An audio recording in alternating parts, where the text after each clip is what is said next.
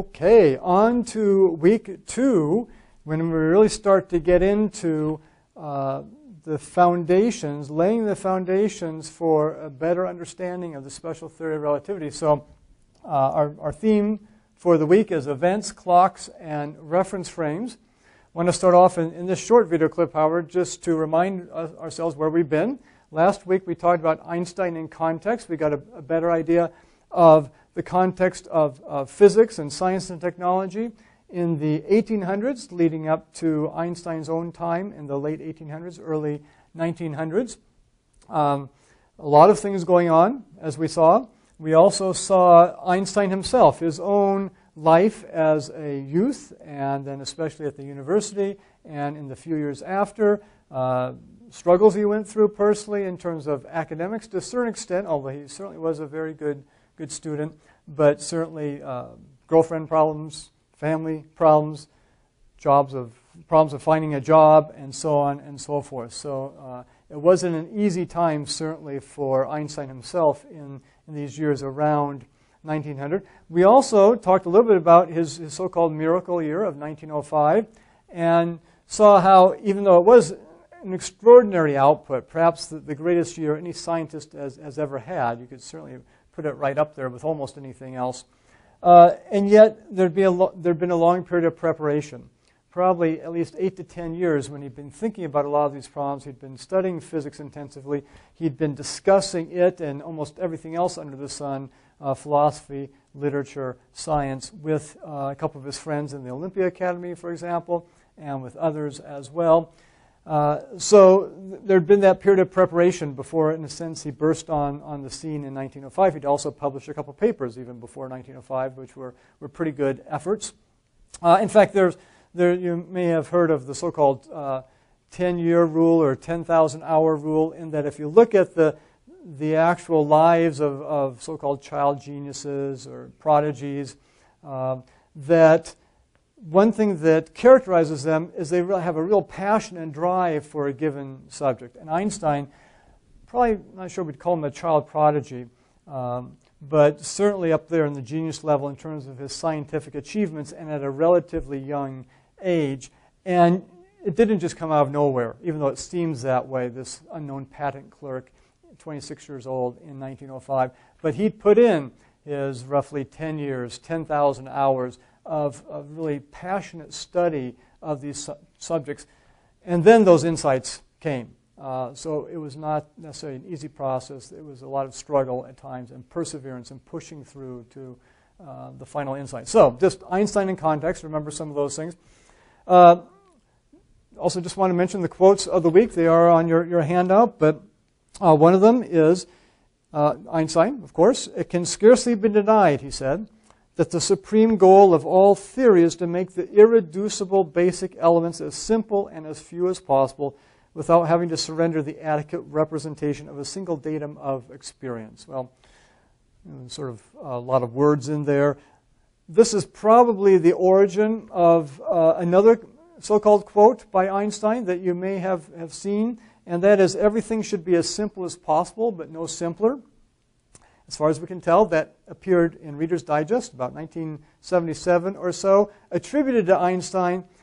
It's unclear whether he actually ever said it in those words, but he certainly said things very, very close to that in this quotation, even though a little wordy, is one of those examples. So again, everything should be as simple as possible, but no simpler. This actually goes back to a concept that you may have heard about. Occasionally it comes up in conversation, called Occam's razor. And this goes back to a person named William Occam, spelled actually, we'll say William of Occam, who lived in the first part of the 1300s, medieval philosopher and scholar.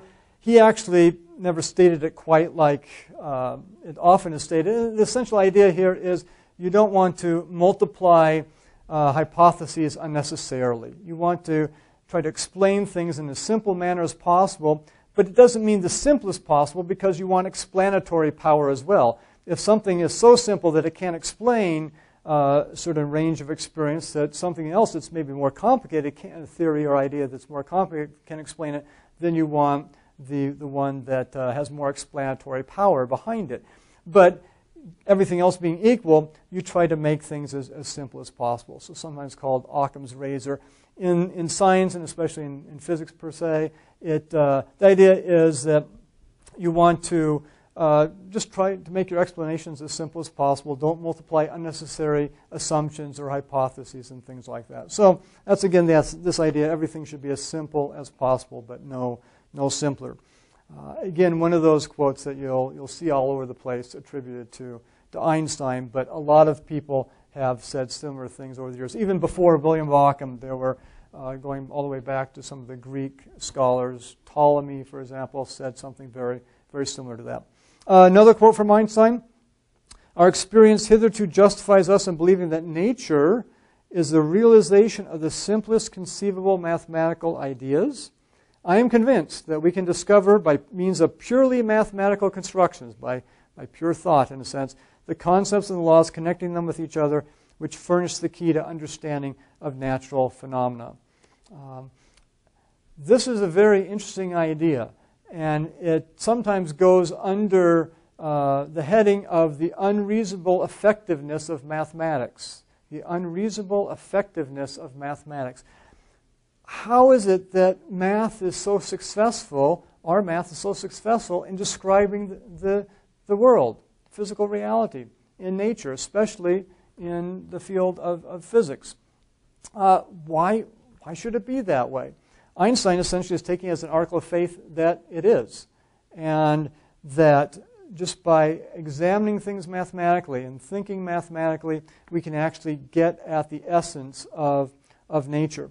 Now, I asked you in sort of the engaging the brain portion of thinking about these quotations, think, is that really true? What would be some counterpoints to that? He certainly leaves out the whole idea of the importance of experimentation and experiments to verify things. Another thing that we talk about here, just put it down here, we talked about the unreasonable effectiveness of mathematics. A lot of physicists like to talk about beauty. They search for beauty in their equations.